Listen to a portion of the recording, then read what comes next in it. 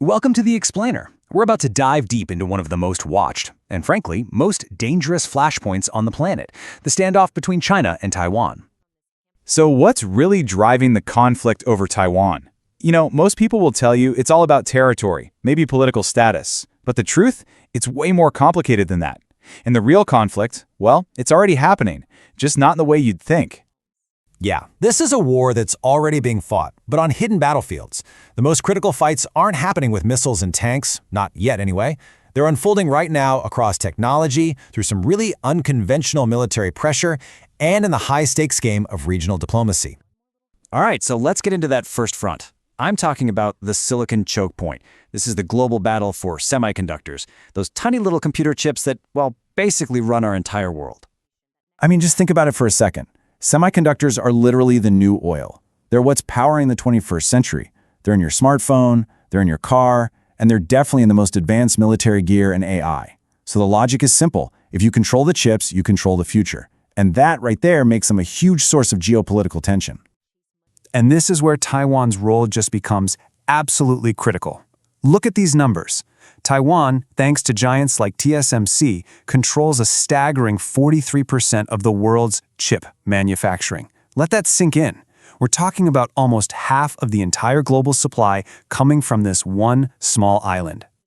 This incredible dominance creates something that experts call the silicon shield. See, the whole world, including China's own booming tech industry, is just so deeply dependent on Taiwan for these chips. Any conflict that disrupts that supply chain wouldn't just be bad, it would be catastrophic for the global economy. So in a way, it's a really powerful form of deterrence without a single weapon being fired. Okay, but it's not all about the economy. That brings us to our second battlefield, which is the military front. But again, this isn't what you're probably picturing.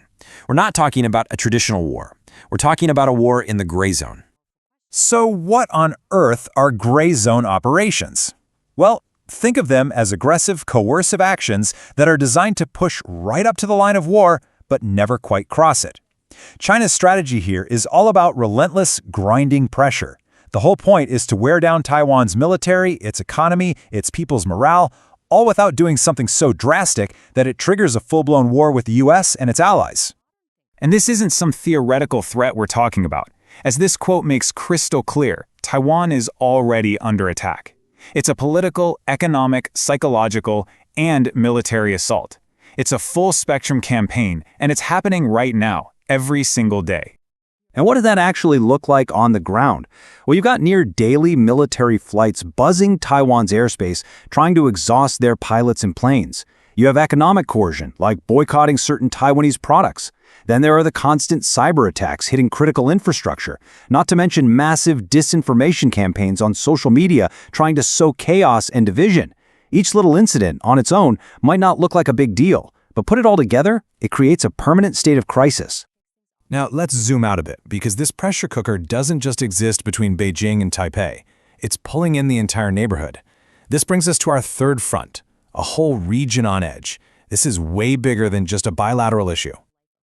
So how are neighboring countries getting caught in the middle of all this? Well, you've got nations all across the Indo-Pacific facing these really tough choices. It's a high-wire act. How do you balance your massive economic relationship with China against your security alliances with the United States?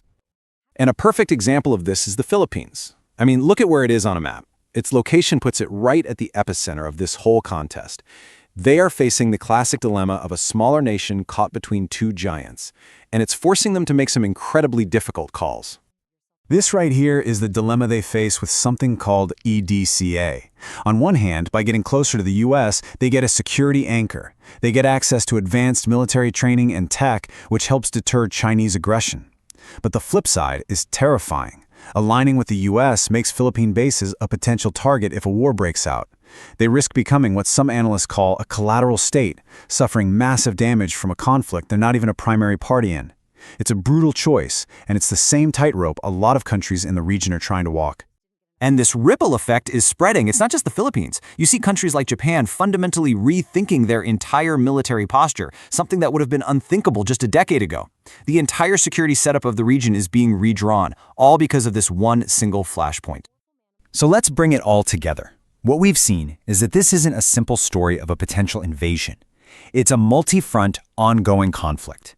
It's a battle being fought with chips, with psychological pressure, and with intense diplomatic chess moves. And this leads to a pretty sobering conclusion. We're looking at a long-term, persistent struggle where the lines between peace and war are getting blurrier by the day.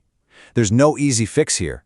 This is the new reality, the new normal of strategic competition, a constant state of pressure simmering just below the boiling point. Which leaves us with one last really big question. In a competition like this, fought across all these hidden, multi-dimensional battlefields, what does victory even look like? How do you win a war that's fought with silicon chips and disinformation instead of soldiers? That's the question that's going to shape global security for decades to come.